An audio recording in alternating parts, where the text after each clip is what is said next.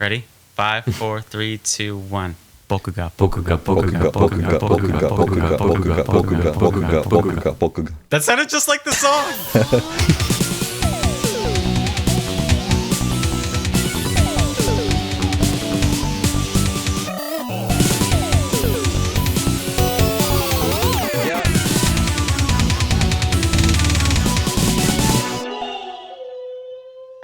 Welcome to the Visual Kei Podcast. I'm your host, Frederick, also known as Whirling Black, and with me today I have the usual suspects. Your co-host, Alexi.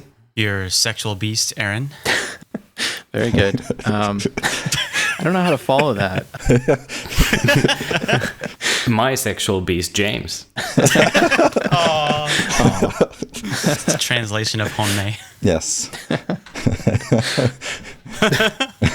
Will you be my sexual beast this Valentine?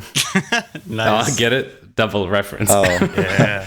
sick. As you no doubt have figured out from these amazing references, today we are talking about the very popular Visual Kei band D'espairsRay and their sort of very earliest period from their foundation up until and including the EP Sexual Beast in 2002. So we're covering about 2 years about of material today. Guys, how do you feel about D'espairsRay? Do you have any connection to them at all, or are you going in blind? Hint, hint. I love them. I heard them.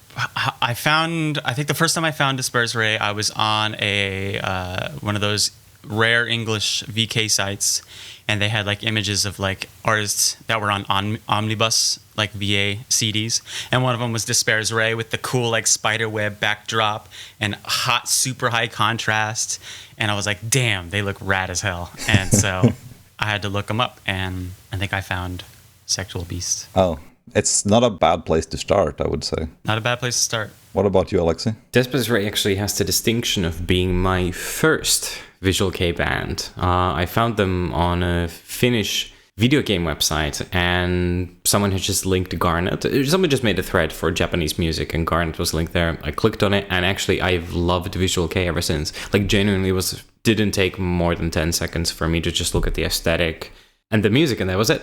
Yeah, and James, what's your relation with D'espairsRay? I've heard of D'espairsRay. You've heard of D'espairsRay? Yeah, I've heard of D'espairsRay. I didn't have time to listen to anything, so we'll see how useful I am for this episode. I have to say as well, D'espairsRay was one of my earliest bands I got into, and I feel like they are a very good sort of marker on how long someone has been a VK fan. Like, Visual Kei fans from before 2010 will most likely be very familiar with them because they were one of the biggest bands in the overseas fandom. But I think the younger generations, the people who became VK fans after they disbanded, like people who joined about 2012 and forward, I would say a lot of them don't have any relation to D'espairsRay at all. So, like, I remember I was playing Garnet at the club once, and like someone was like 18, 19, walked up to me and like, this sounds cool, what band is this? And I'm like, this would be unthinkable like in 10 years ago or before that. I mean, that, you know, everyone knew D'espairsRay. They were like one of the biggest bands. Yep, that's true. Everyone knew of them up to a certain point. I like that we can be surprised about something that someone doesn't remember what happened 15 years ago. Yeah. No, but it's just a very interesting sort of like way to tell how long someone has been a fan, I suppose. Because a lot of the other bands that were popular in those days are still, you know, popular, like Deer and Grey and Mook and all of those still have running fan bases. But D'espairsRay sort of like just took a plummet off the cliff and no one listens to them anymore. I will say I've probably heard D'espairsRay. Like, I've known that name like forever. Like, it was one of the most popular ones, like way back when. So basically what we have here is like 3 people who have listened to D'espairsRay for a very long time and one who might have heard a song at some point in his life. Yeah, that's about right. Yeah, I mean, that's a good balance, I would say. Yeah, and I think they're very interesting because they're one of those bands that went for this dark gothic style of VK without going for all of the VK tropes as much as a lot of the other bands. I lumped them in together with bands like Anmure, for example. more like the Western goth sound. For sure, yeah. I mean, even among the bands that were out at the time, they stood out. I'd say less and less throughout their career they stood out, but this early period actually that we're talking about today is like, there's nothing else like it, in my opinion. They are interesting specifically for the fact that you cannot lump them into a crowd or a scene, kind of make this a geographical distinction, or like, hey, those bands were their mates, etc. And as we're going to find out during this episode, they were playing anywhere and everywhere with anyone who was just available to show up. Pretty much. Yeah, they didn't just tour with their friends. No. I guess we could lead that into a bio of sorts. They formed in 1999. They never changed lineup, which I thought was interesting. That's rare in VK, relatively rare. And it usually kind of happens when a band's sound and concept comes together perfectly and everyone matches up stylistically. It's a pretty good example of a band that sort of like they were all on the same page. Yeah, absolutely. And I think it's also interesting that they formed as early as they did, because when I listen to like their sort of like contemporaries from the same time, I feel like they were very strange in Visual Kei, and that they found more contemporaries who sounded similarly like a couple of years in, like in the mid 2000s. Yeah. And they transitioned pretty quickly, too, because their early stuff was actually closer to, like, what was around in the scene at the time. The early, like, the demos. They really, like, they jumped ship from that immediately. Thank goodness. Yeah. Do you want to get right into the demos, or...? Well, let's see. I guess we'll probably disappoint some people if we don't mention their previous bands. I remember that happened with Gazette. Oh, right, yes. So the only member who didn't have a background in VK that we know of is Zero, right? Zero. Right. The bassist was Zero. Vocalist Hizumi and drummer Tsukasa were in a band called Le Veil. Yeah. And guitarist Karyu was in Dear Mind. And they were all like Kotike style bands, very much in that style. Sounded like a million other bands around at the time. Personally, I actually liked Le Veil the most. They had a song called Snow Feathers that I like. It's just sappy. It sounds like La Miss Fairy and a million other bands, but it's great. Yeah, I like their stuff as well. I think it helps that it's Hizumi singing as well, because he has a very nice voice. True. Dear Mind, I'm not even sure if I've ever listened to be honest, so I can't comment on them. Dear Mind? Dear Mind. D-I-E-U-R. Oh, okay. Dear Mind. Dear Mind. I thought it was like D-E-E-R, Mind. And I was like, wow, that's a cool name. Dear Mind. Sadly not, no. That'd be a much cooler name. But yeah, that's pretty much their bio, right? I mean, do you want to prelude anything else? Yeah, I think that it shows that they started out in D'espairsRay quite early. Like, they didn't have a long career going into it before starting D'espairsRay. So in that sense, I guess they were a bit like Gazette. They didn't have an established popular career before they started the band. Not like Deer and Grey, for example, who were already popular in Mercedes and stuff like that. Well, if Dear Mind would have taken off, they could have formed D'espairsRay. Okay, this is where the 1 hour laughing track goes. Oh, yeah. Perfect. Yeah, we thought we needed a laughing track for this episode, so I was looking for like free ones, and the first one I found was like 1 hour long. So we're thinking like, yeah, let's just drop that in the episode. I don't think I've ever laughed that long in my life. I sure hope Those people, not. I hope they got paid. But yeah, I think talking about Your Mind is actually a pretty fitting way to work ourselves into the first demo, because their first demo is actually supposedly a leftover track from Dear Mind. So we could go right into that one, which is Ow from 1999. Ow. Ow. Ow. Ow. Is this just really quiet? Yeah, the quality is amazing.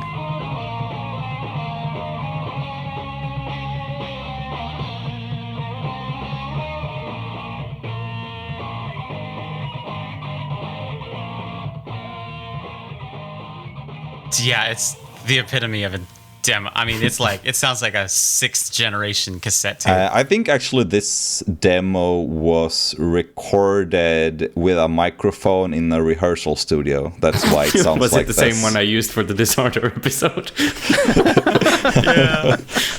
It might be. So this track is just strange in the D'espairsRay discography. It really doesn't fit in anywhere with the rest of the tracks, which is why I think this rumor, or how should I say, started, that it's a leftover from the previous band, because it does sound very like 90s Kota, which their previous bands were. I mean, I think it's completely understandable and forgivable that they have a dime a dozen VK track, because they literally just crawl out of their basement.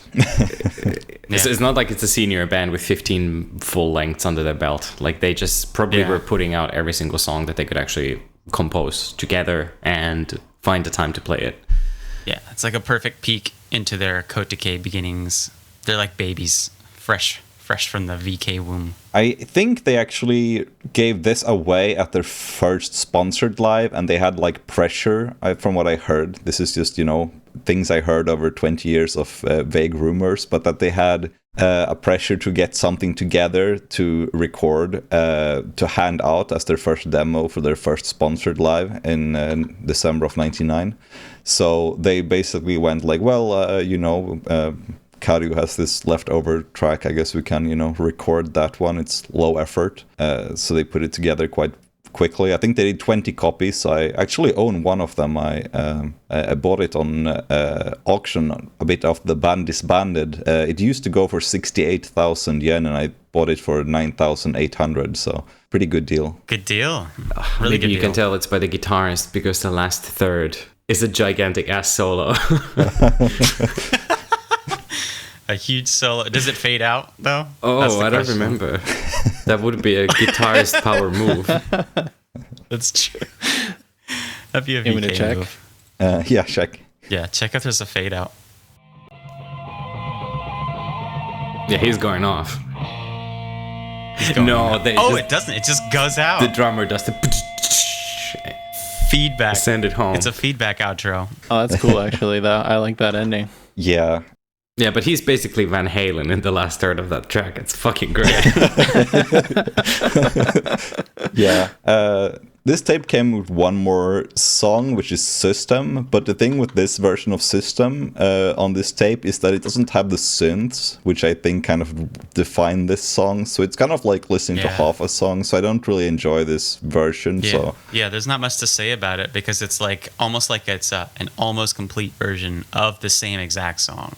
They really don't change much, except there's a missing layer. Yeah, I imagine, since it's a recording of them in the rehearsal studio, I suppose, and they couldn't afford adding the synths playback on top of it or something like that. I'm actually fascinated that there is even a synthless version of it. Like, it leaves such a void there that's supposed to be filled by something. Yeah. Maybe they played it live. Yeah, most likely.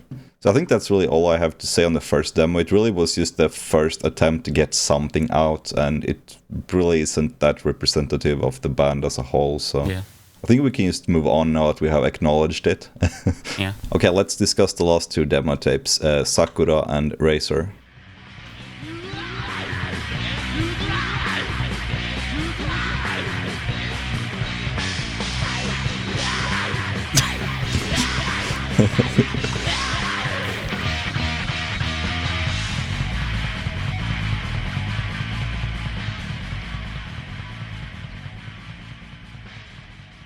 So this song and another demo came out around the same time.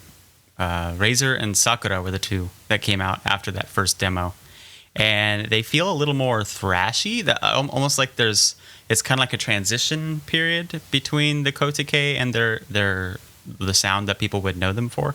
And I like them. I really like Sakura and Razor as songs. I feel like that sort of transition to the goth metal sound is interesting. I think it's something I keep in mind, that I feel like Razor is a song they wrote for a very specific reason, and it's for the stage rush.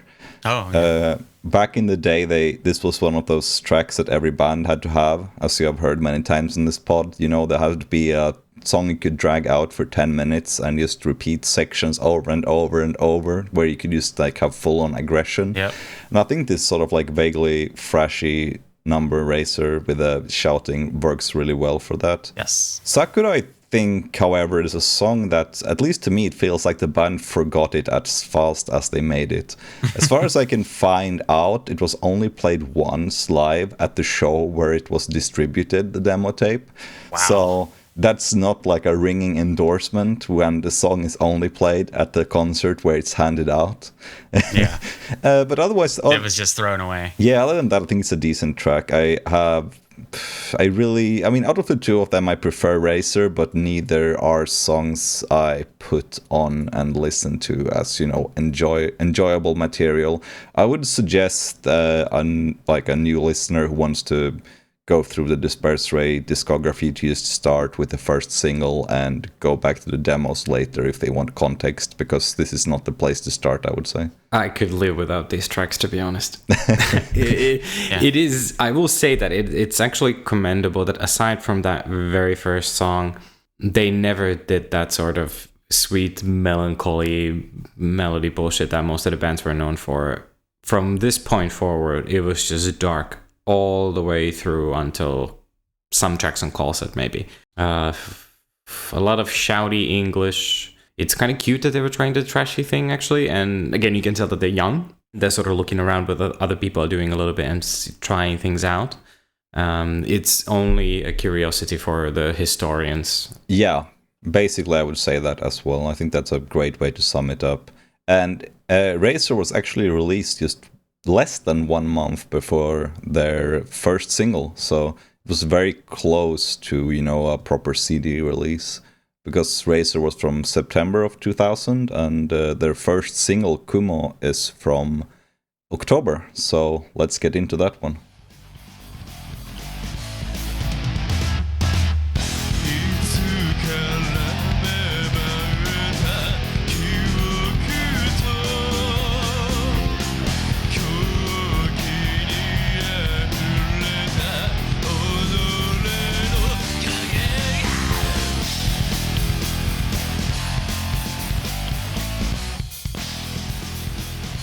So Kumo opens up with what is, to this day, actually my favorite Desperate song ever. Damn. A song called Kisei Parasite. Yeah, I know. It's my favorite still to this day. Wow.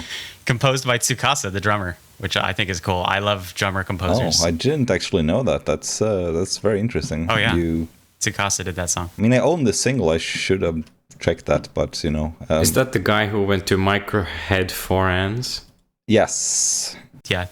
And Tsukasa also is an enka singer. Right, yes. He's like a VK enka singer. It's great. Yeah, that is true. He does that as well. It's an interesting career trajectory for sure. It is. He might be the only VK enka singer. Yeah, possibly. I'm not going to try to... Wait, no. The guy from D Out, Dauto. Oh, didn't I think... Didn't the Art Cube guy also go enka? He did some solo There's probably a couple. Oh, okay. Although what unites them all is that none of them are successful. Yeah. Tsukasa's successful by personality alone.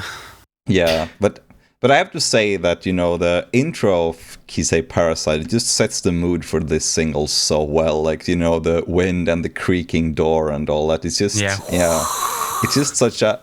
I mean, that's so actually when we're talking about them not having a lot of like VK tropes. I think, this is one instance where they actually just went full in for a VK trope, but it really works. Yeah, the music itself is different, but the atmosphere is still there of that sort of like brooding gothic visual style. I would say that there are tropes, but they're so committed to the darkness of the music. And it's really from this point forward. It's so oppressive and so dark.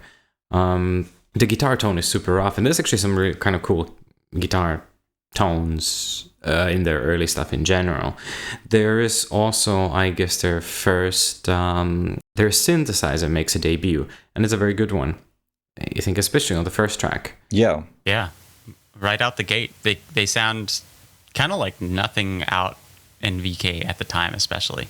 There's similarities. There's similarities and stuff. Like, if you write it out on paper, you'd have a hard time convincing someone that D'espairsRay sounded so unique. But you really kind of have to hear it Once you hear the songs like on Kumo, it's it's really unique. It has this really like sort of like sparse lo-fi feeling to the synths. Like they're definitely not the overly flourishing VK synths you're used to. I believe in our circles we have jokingly called it the Burzum synth because it has these long droning notes where it goes like boom, boom, boom, boom. Yeah. And it's unique. It's not used too much. You kind of almost wish that the sort of tapestry synth would be used more in this sort of very stripped down type of way. Yeah, it definitely doesn't lead any of the tracks. It's just adding some flavor. Mm-hmm. And there's that perfect storm with Karyu's heavy metal guitars and Hizumi's aggressive deep tone, his almost baritone. Yeah. And it sounds a bit like, they kind of sound at this point like if the guys from Testament did a collab with Typo Negative and someone made like a Nightcore remix of it. Wow. You know what I mean? No. No. I don't know, but it sounds cool. All right. Well, give those 3 things a listen. No, give those 2 things a listen and then make a Nightcore remix of one of them. Aaron, could you define Nightcore? Basically, Nightcore is literally just if you take a song and speed it up by like 2 times or like 1 time. So That's Nightcore. That's So all it is. basically what you do is that you play both of those bands at the same time, and then you put like a Yohio Lloyd fucking Nightcore remix on, and all 3 simultaneously you got the first D'espairsRay single. Yeah. Well, right, yeah. I'm not super committed to that comparison, but I think we should just stick with that, yeah. We'll open the show with it. Yeah. Yeah, and also one more thing that goes through all of these songs is that Hizumi's singing is really on point. It really sounds like this, it has this weird guy doing weird things in a basement feeling to it. Well, that might actually be the most unique thing about this in general. This is actually where he really finds his voice. Doesn't really have a lot of points of comparison in VK. This is the most VK release out of their like official releases, so to speak. But there is already that Western influence creeping in. Yeah, I was just gonna say these guys were only in their mid-20s when this came out, and it's still it's more polished and complete than any band can hope for. I mean, after years of development, there's bands who never reached this level, and these guys reached this level on their first CD. It's crazy. Yeah, and there's, like Alexis said, there's some old school stuff creeping in. Like in the second track, there's some old school VK arpeggios that make an appearance, and it also is the start, possibly, of the Hizumi trademark Angry Cat Screams, which you will hear a lot more coming up. Yeah, I love the cat screams. And the third track, which is... it's actually called Mishitsu no Naka Ikareta Kimi no Senritsu, which, it actually references a Mishitsu. I just call it Ikarete Kimi. Yes, me too. But it references a Mishitsu, so... But, oh man, that shriek at the end of Ikarete Kimi is so great.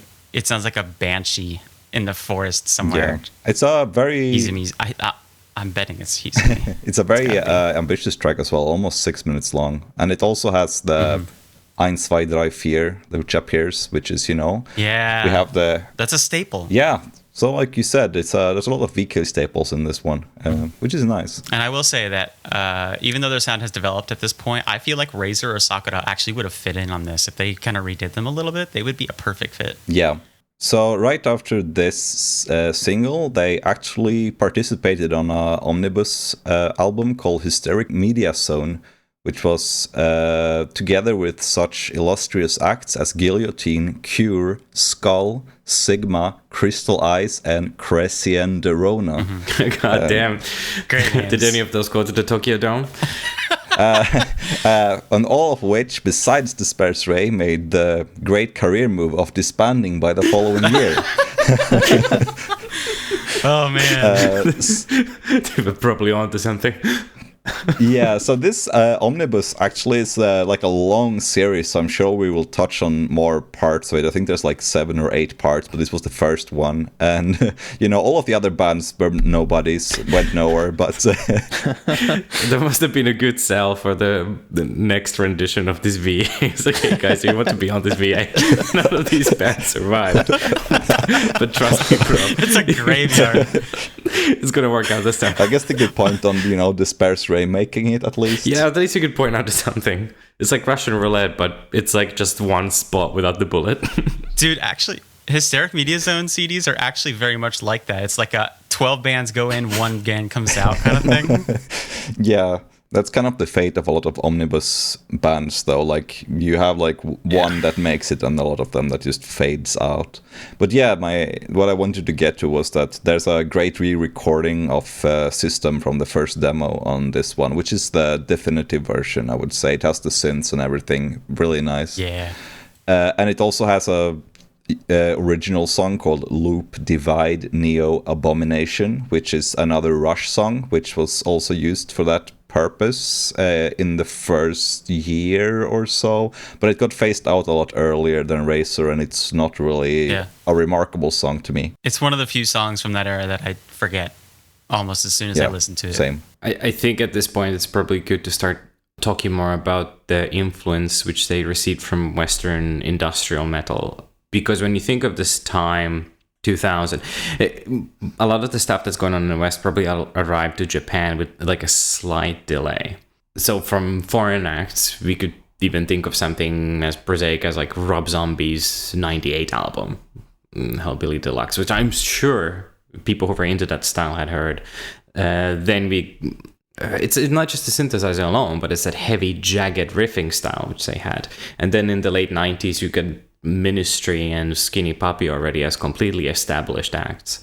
But I think most importantly, both aesthetically and musically for D'espairsRay, and some people might disagree on this, but it's probably Marilyn Manson, who was very famous already in the US and also in Japan, drawing pretty big houses when he was coming there. Yeah, there's no doubt that he had an influence for sure. I agree with all those actually, and even maybe some as far back as like Bauhaus for all the atmosphere. Bauhaus have a lot of songs that sound like D'espairsRay when they're kind of like dialed back. Yeah, I think a lot of that stuff distills through the Visual Kei sort of gene pool, if you could call it that. And actually, speaking of VK, there was an interest in goth, but it wasn't huge. And I mean like the industrial one and not the post-punk variety. So around this time you get, I guess, early Velvet Eden, sort of, kind of touching that sort of ballpark. Malice Miser's third album, just right around the corner, and that was like a total commitment into that style. And then some very strange pioneers like Dying Crisis, Eccentric, Nothingness to Revolution, then Buktik's cyberpunk period, I guess. But the amount of contemporaries doing the same thing that D'espairsRay was doing when they started out was super slim. Although Karyu insists in multiple interviews that he doesn't listen to Japanese music. Like, he doesn't listen to the other bands that he's around right now. Right now being the early 2000s, he was like, I listen to Western bands. That's literally the almost exclusively same tier of stuff. Like, yeah, this is the band that's going to make it, but if it doesn't, I'm going to quit music forever. I'm just going to go work in a 7-Eleven. Right. But in D'espairsRay's case, I can kind of believe that. They became completely autonomous fairly early on, and then started looking into stuff like Lauren Sealed by their Redeemer era singles. But this time period between that, I feel like their eyes were totally on their own thing and what was happening in the West. Yeah, and I think it's worth mentioning, going now into the next single and the next year, which is 2001, is that their fame must have escalated quite quickly, because by the time the Genwaku single was released in April of 2001, the single was so popular that the first press 1,000 copies were sold out already in pre-orders. So a second press was released the very same day in a different case. So it's a bit unusual that the first press and the second press release on the same day. I don't think I've heard of other examples of that. Pretty impressive for this early. So yeah, play a sample from the first song on the Genwaku single, and then we get rolling.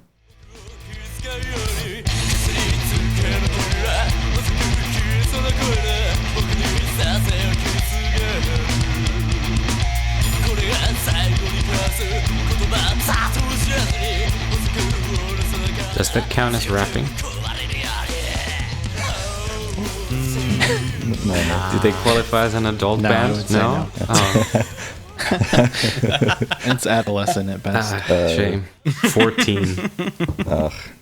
I think the single is more of the same in the sense that it kind of continues the sound of the first single, maybe phasing out a bit of the 90s VK tropes, but it still has very much the same energy going for it.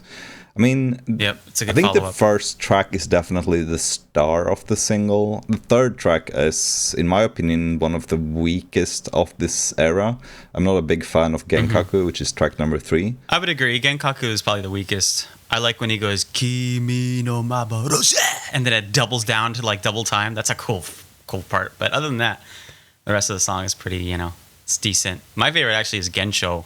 It's like kind of slower. It's a slower tempo. I think it might be their first kind of like low tempo song at this point. It has like a dark atmosphere. It's kind of like their 304 Goshitsu at that point. Track 2? Yeah, I think it's track yeah. 2. I mean, to me, it's kind of like their sort of most... It's D'espairsRay at their most anmure, kind of, is my note on the track. That is a very sort of... It's a soft and more straight-up goth number, in my opinion. Yeah, for sure. It does sound more like anmure. It's got like a steady rhythm. The drums are kind of like almost like a loop. It's great. But yeah, other than that, it's pretty much like a continuation. It's like a part 2 of Kumo. Alexi, do you have any takes on this single? This one is just a little bit tighter than the last one. That's it. Sounds Yeah, right. I think I see what you mean. It's a very nice single, but it doesn't really provide a lot of new things. It just sort of like polishes up a bit, and that's why track 2 is my favorite, because it kind of gives something new, I guess. yeah, which is, I think that's What? Sorry. Oh no, I had something to say after you're done. Okay. you don't have to stop in the middle. This doesn't mean I'm James has interrupting something you. to say. Shut the fuck up. Shut up. Just Okay, James, you go ahead. Yes. Give the audience what they want. Yes. They want. Do the line. Yeah, it sounds like Kagra. This show would be better in video, I swear. Nothing can improve the show. If you keep that part in, for people listening, we kind of raise our hands when we have something to say, but that time James did it and Frederick thought he was interrupting him, so he's like, oh, okay, Yeah. go ahead. Didn't really James Yeah, was basically didn't work fucking for us. Kanye Westing himself in front of I'm gonna let you finish. What is with the stylization of the titles? It's like all the tracks are 2 kanji, I know. and right in the middle of them they put like the romaji. Yeah. Like I feel like they were all about... genwaku waku. Yeah. Yes. Gen Waku Waku. That's like ATM machine. I mean, we did have an interaction with the man on Twitter. Yeah, the Twitter. Oh, yeah, that's actually relevant. They seemed to be really into typefacing stylization, because I posted on Twitter about why D'espairsRay during this period had the little two little pluses at the end, and then quickly abandoned the pluses. And I just tweeted about it, and someone on Twitter was like, "You should @ Hizumi. He's on Twitter." This is I'm gonna give them credit. This is @crimson_bitch. They told me you should @ Hizumi. Thanks to that person, because I did it. I added Hizumi and I asked the question, and immediately, like minutes later, he replied. And pretty much, they were only ever meant to be a graphical flourish and not the official name. The official name was always D'espairsRay, without the pluses. So it wasn't plus D'espairsRay plus. It was never plus D'espairsRay plus. It was, I thought it was supposed to be crosses. I wonder if D'espairsRay. you can tag all the guys on Hysteric Media Zone 1 and they will reply just as fast. Yeah. Yeah. Honestly, that's one of the things I love about Twitter, is like the quick communication with people like this. I'm going to do that more often for the episodes. But yeah, James, actually, that's a good point. Hizumi said they were crosses, which is a little cooler, a little more Visual Kei. Even though he used pluses, or they used pluses, in his reply, he used the emoji for the cross. Yeah. So they was Yeah, kinda I guess like the cross emoji didn't really exist back then in the early 2000s. Although, I if guess it not. had and they would have used it, it would have been pretty cool. Yeah, it would have. Yeah. So yeah, they just like wild kind of stylizations of text. Yeah, I think they're just trying to be cool, which they were kind of successful. Yeah, no, it looks cool. Gen Waku Waku, official title. Like plus D'espairsRay plus.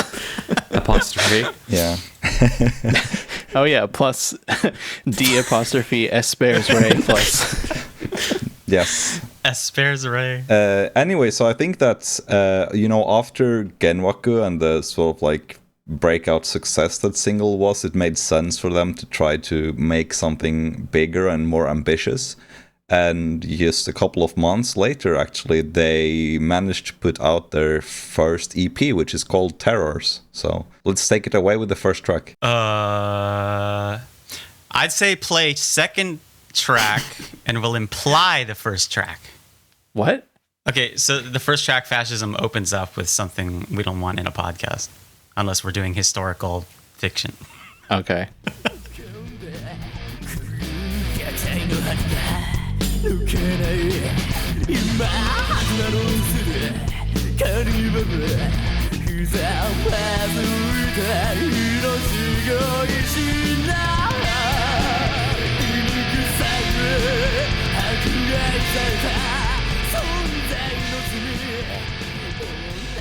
So the reason we sampled track 2 instead of track 1 on this one is quite simply because track number 1 starts out with, not sampled mind you, it's an original recording of what I assume is the band shouting a very particular Nazi slogan and some like marching band music in the background.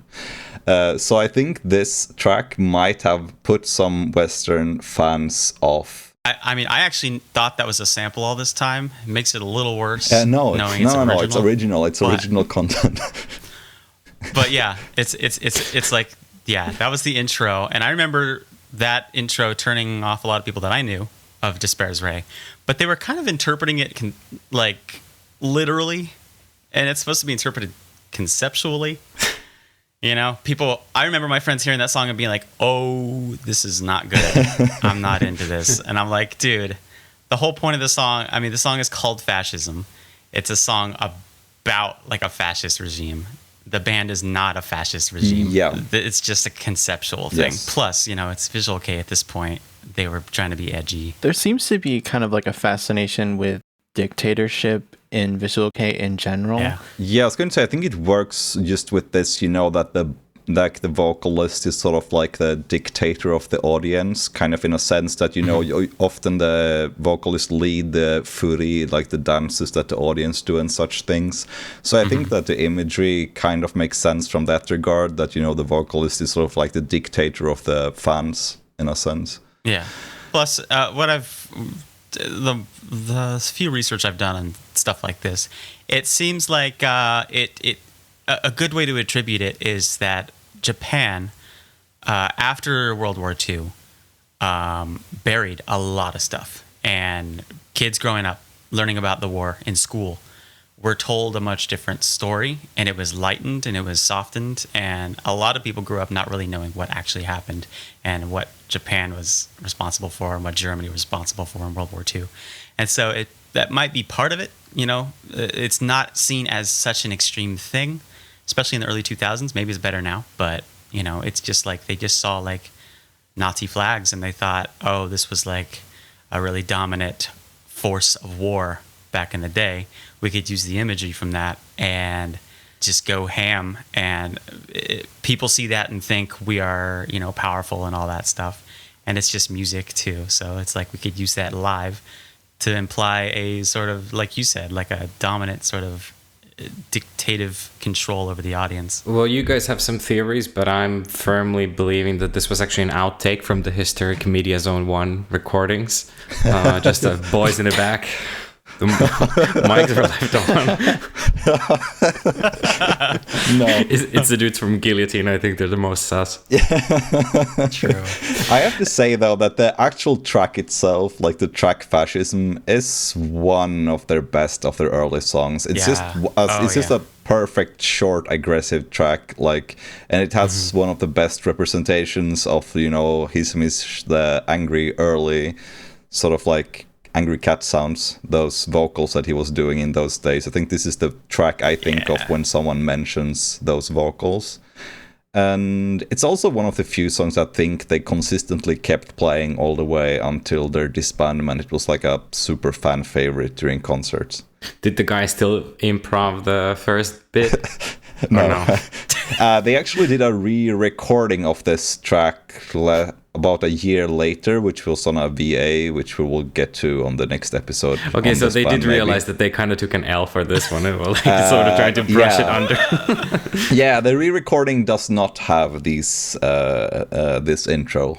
They did their studies afterwards. They were like, oh my God. Yeah. We're just talking about making fangirls freak out and jump and go crazy. I'm still waiting for the first band to be like, because we always assume, right, that this is part of the Visual Kei aesthetic. Like a lot of Visual Kei bands have very kind of simple political commentary. This is something that's been literally from the start to the end. I'm just waiting for the first completely 100% ideological Visual Kei band to show up. And everyone just assumes that it's a rib, but they're like, no, we're serious. Yeah, I know. Yeah. The closest things I can think of is like maybe like Mary for Modern Guard. They had a very Japanese nationalist, which is literally a song of theirs, viewpoint. And they had for a while. But that was a different kind of nationalism. It was like traditionalism. Is it an aesthetic? No. Not aesthetic, but No? lyrical. Like their songs, Gara wrote a lot of songs about sort of like a desire for things to return to a more classical Japan, which doesn't make sense because their music is extremely westernized. Yeah, I like when bands have lyrics like that and they play like rock. Yeah. Punk. Like, I mean, if they were serious, they would Metal just, music sit and play the shamisen in some temple and mumble to themselves. For real. Yeah. Anyway, that is a sort of like a very, Moving on from- way off track. So, about the Terrors EP, I think this is sort of like a major development sound-wise from their previous efforts. I feel like they're diversifying their sound here and sort of becoming more comfortable with their style. I feel like they develop more of an own identity with this EP. My favorite tracks are probably Carnival and Murder Freaks. Murder Freaks is like the perfect sort of Despa song. Catchy, heavy, dark, edgy. It was like the first song of theirs that I was sending around to my friends and converting people to the cause. Could they Which sit cause? through that? Sir, which first? cause? No comment. Wow. No, but that's such a bad song to send to people, though. Like there's a 1 minute spoken word intro. It's great. It really sets up the corniness of it. Yeah, but it's just, I don't know. I wouldn't send that to someone like, here, check out this band, and then they just hear this like doom doom Like, does it doom get piano, better than and then this? it's just his speaking. I think it's because a lot of these people were into Malice Miser, and a lot of Malice Miser stuff had that kind of like slow brooding feel. that track was on Shock Edge 2002, the Omnibus, so clearly the band thought it was a good like Yeah, they loved it. representation Oh of yeah, their I mean, it's a sound. fan favorite. It's a fan favorite. It was in rotation until the end as well. Usually for fan club concerts, they always brought this one out. But the thing is that, at least for me, I think I've over-listened it because, I don't know, it doesn't really do it for me anymore when I listen to it now. I feel from this album, I think my favorites at the moment at least are Fascism, Carnival, and Setsubo Romance, which I think is one of the most underrated D'espairsRay songs. It's really good. I think Setsubo Romance is their most dark and gloomy song of all. I think it might be their, and it develops very Setsubo. nicely. Yeah, it's very Setsubo, exactly. Yeah, I'm gonna jump on the Zetsubo romance train as well. And I also made the same note that Murder Freaks didn't do it for me as much as I remember doing when I was a kid. Actually, I would add Fascism to that as well. But then the middle part of the album surprised me positively, although Erode probably isn't the greatest moment. I find it funny though that in addition to being a Darren Gray song title, it kind of does have that fucking hoppity scotch rhythm of Erode from Missa. Oh, Darren Gray reference, nice. Oh yeah, we had to get it in, right? Yeah, for sure. That song feels definitely old. Like, it feels like it's a much older song. It could have been one of their demos for sure. Oh, it definitely doesn't, because this album is pitch black. It's like a morass, and it's this is when they really, I would actually say that it's the darkest released overall out of everything as a whole. Yeah. It's just that song that sort of lightens the mood a little bit, if you can even call it that. Yeah, I mean, my notes for Erode is just Bokuga, Bokuga, Bokuga, Bokuga. Which is the intro for the song. Bokuga, Bokuga, Bokuga, Bokuga. Yeah, with some echo. But yeah, I think it's to add to this though, is that during their one-man live to celebrate the release of this album, the live was called Six Terrors, and the album has only 5 songs. So you might wonder, what is the Sixth Terror? Well, it's a song that was live distributed at this concert, which is called Monokuro ni Nata Saigo no Hi, which is an absolutely amazing long atmospheric ballad, which I think deserves mention, even though it only got a proper CD release at the very end of their career on a best of album. I think it's even on Spotify, so people can easily find it. I was hoping that the Sixth Terror would be you, the fan. It might be. I think it's open to interpretation, but I mean, good. Since the song was handed out at a one-man live called Sixth Terror, it makes sense if it's the 6th track, the one they handed out at the show. That's my take, at least. Oh, you know how every fucking band now has this kind of corny name for their fans? Yes. Are the D'espairsRay fans called Terrors? No, they had... Lost opportunity. That's how you can tell that this was a long time ago, because if it happened today, that would 110%. I think their fan club was called Unbeautiful. That's kind of rude. Yeah. I mean, yeah. Oh, my little unbeautables. My little uglies. Something with flattering fan club name. No. Although I gotta say about the song, it's my favorite D'espairsRay track overall. Nice. Monokuro? Mm-hmm. It's a good one. Yeah, it's one of mine as well. It's just amazing. The atmosphere is probably unbeatable in their discography, and it's a shame it had such a sort of like obscure place in their discography. Yeah, wasn't the whole this whole release was like part of it was supposed to be the reverse side of D'espairsRay? I was looking at the cover art and it said the reverse side. Oh, that's like almost like an alter ego thingy. That's Ura Mania Theater. That was a fan club demo tape that was released a couple of months after. This song was actually handed out on a CD at the concert in 2001 first, and then it was included on this fan club cassette as well. With Valentine. Right, exactly. Yeah. But Valentine is included on the final release we're discussing in this episode, so I think we will just take... Yeah, I think we'll take it with that one. So the final release we're doing today is their Sexual Beast EP, which was released in June 2002, so almost a year after Terrors, actually, which was from July 2001. But first, a message from our sponsors.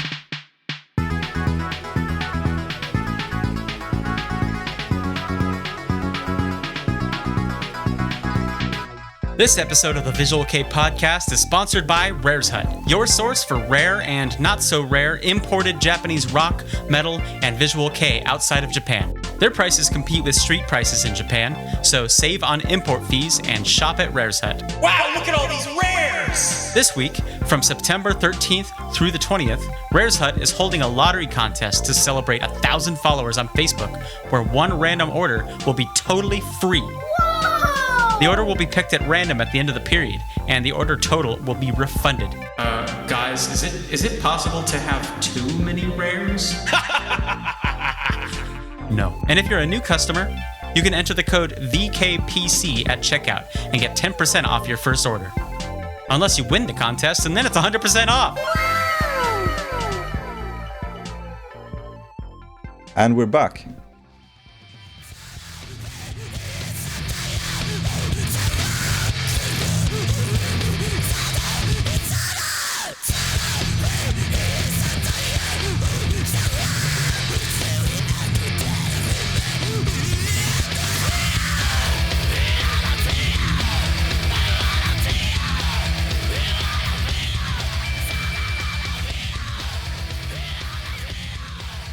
And welcome to the VKPC Poetry Grand Slam. This is Mixmaster Alexi, and the first one to take the stage, Aaron, take it away.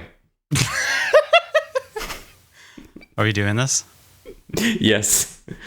Where's the lyrics? Oh my god, I don't think we have time for this. 10 minutes? We have 10 minutes. Yeah, but just very quickly. Where's the lyrics? They should be somewhere here. Are you guys reading the lyrics for real? Just a little bit. Okay. There was nothing but the sand as far as the eyes could see. I am nearly dying of thirst. That's not how it goes. Struggle! I can't screen the part at the end. Fuck it. Let's just go. Let's roll it. I gotta do it. I'm dying. That's You want to do the whole thing? No, do it. You started it. I'm nearly dying of thirst always. Always cureless of the dry and pain. I asked you for the sleeping. Another mask into your mind. Struggle to get from the chain. Now you. She intensely whips my body. But I undid all the pain in silence. That was good. This is Thank beautiful, you. Aaron. great. Thank you. Let's Thank you. so let's cut all of that. That deserved an hour-long So laugh track. yes, so I actually want to.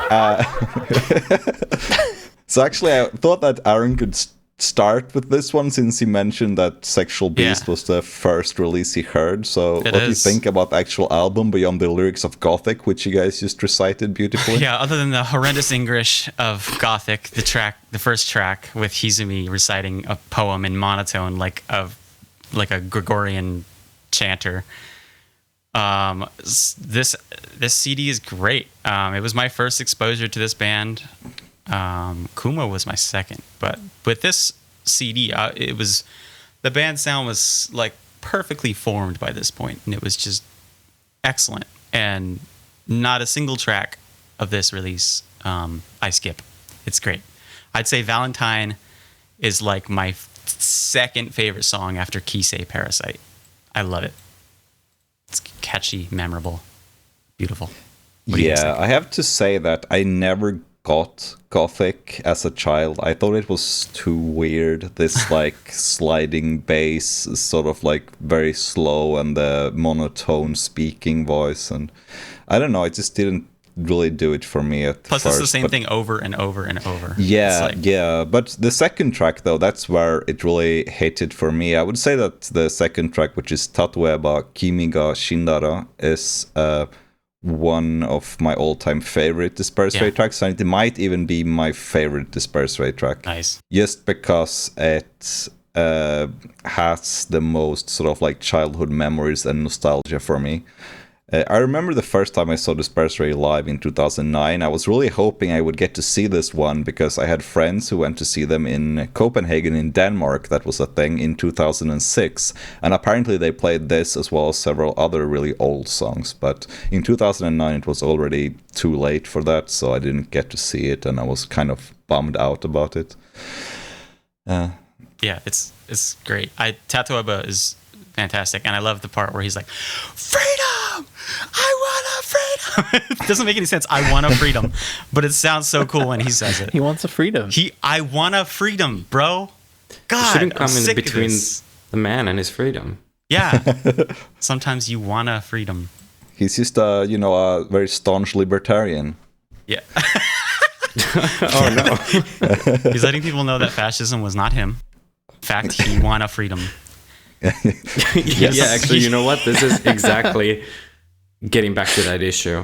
Yeah, And he wanted freedom for all of us. See, beautiful. That's why he's our icon.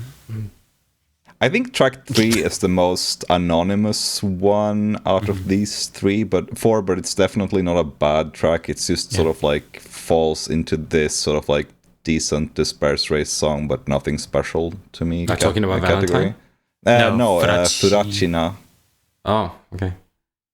Yeah, It's definitely the number weakest 4. track, but it fits, especially because if you're just enjoying the rest of the CD, you kind of just want to. The one gripe I have with the band from this period is a technicality, actually, and it's this release. Because the band themselves label this as an EP or a mini album. It has 4 songs and it clocks in at 16 and a half minutes. I think it's very generous to call this a mini album. Yeah. And what makes it even weirder is that the following year they released what is officially a single called Maverick, which is 18 minutes long, so it's 2 minutes longer, and that's a single. But this one is somehow an EP. I do not understand. You bring balance to the universe. Yeah, he's balancing it out. Format is just a state of mind. It's like, what do you feel like this is? Oh man, this feels like a mini album for me for sure. To me, it feels like I never thought of it as short. This is when the band learns to make hits. And when I say hits, this is something that they would do. Like anything before this is not really a hit. It's nothing that you could ever imagine being played on the radio. Not that these are radio songs per se, but there's catchy choruses already. And it doesn't just stop there. I really love the texture. It's kind of lo-fi, but at the same time it isn't. But it has this very rough and raw effect throughout, a lot of guitar screeching. And also deceptively not VK at all, while simultaneously being kind of very VK. This is a D'espairsRay sounding release. Were they on Sword Records by this point, or Speed Disc? What the heck were they on? I'm trying to figure out like what production company. Yeah. I mean, other than drugs and booze, what were they on? Speed Disc. Speed Disc, according to vk.gy. What are they on? Speed Disc. Speed disc. Discs of speed. Yes, exactly. That's sounds like it. Yes. That's all I have to say about Sexual Beast, though, despite it being a great release. Yeah, and it was their last chance to re-record Razor and Sakura without having to totally rearrange them, and they blew it.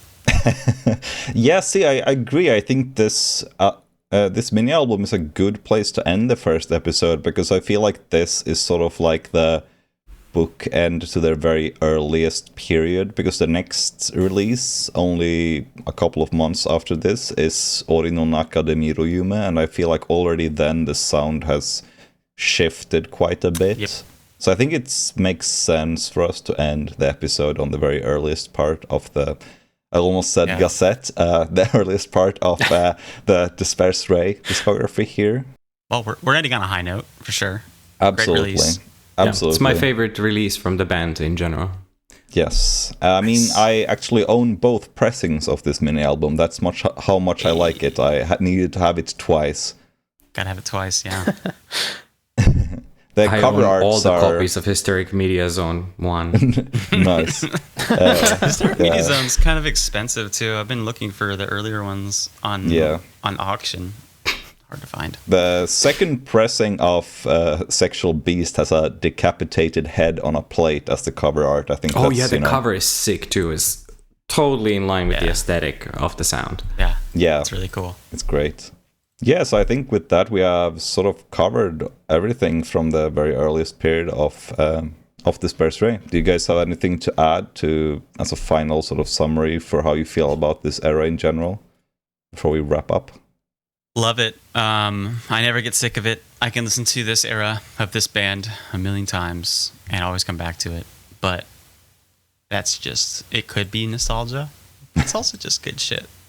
Yeah, I would recommend all newer VK fans to go back and give this band a chance, because I feel like they could definitely vibe with a lot of this content. Agreed. When I got into the band, it was during the call set era. I was obviously completely smitten with it, but I've sort of turned around on it as the years gone by. But this era still holds up to me, and it has become my favorite from the band. And I would recommend it to anyone who doesn't mind the industrial metal sounds in this kind of dark VK context. It certainly ages the best out of their stuff. Oh, for sure. You know, a lot of their stuff doesn't age super well because it was good at the time, but then it's really simple. They kind of simplified all the way to the very end. I would say that the alternative metal and alternative rock style of later years has definitely experienced a crash in market price compared to this very sort of obscure, raw, ripped from tape sound of early D'espairsRay. Yeah. For sure, I agree. So, just finally, James, what's your impression of D'espairsRay now that you've heard like a couple of short snippets? Yeah, I don't know. There's definitely guitar in it. And with that ringing endorsement, I guess all that is left is to thank everyone for listening. And as usual, there was nothing but the sand. As far as the eye could see, I am nearly dying of thirst always. Always careless of the drying pain. I asked you for the sleeping, another mask into your mind. Struggled to get from the chain. She intends to with my body. Okay, perfect. Let's cut there. I endured the pain in silence. Hey everyone, thank you for listening. If you enjoyed this episode and want to help us out, please subscribe. Give us a like or a 5-star rating on whatever platform you're listening to us on, be it YouTube or Spotify, Apple Music, whatever your poison is. Recommend us to your friends. It really helps us out. It motivates us to do more and to do better. And it can only get better from here. You can follow us on Twitter at the VK Podcast. You can also join us on the VKG Discord server. We have a channel on there. Come hang out with us and talk about VK, talk about the show, meet new VK fans. It's a great server overall. Catch new episodes on Apple Podcasts, Spotify, YouTube, and pretty much anywhere else you can listen to podcasts. Thanks again.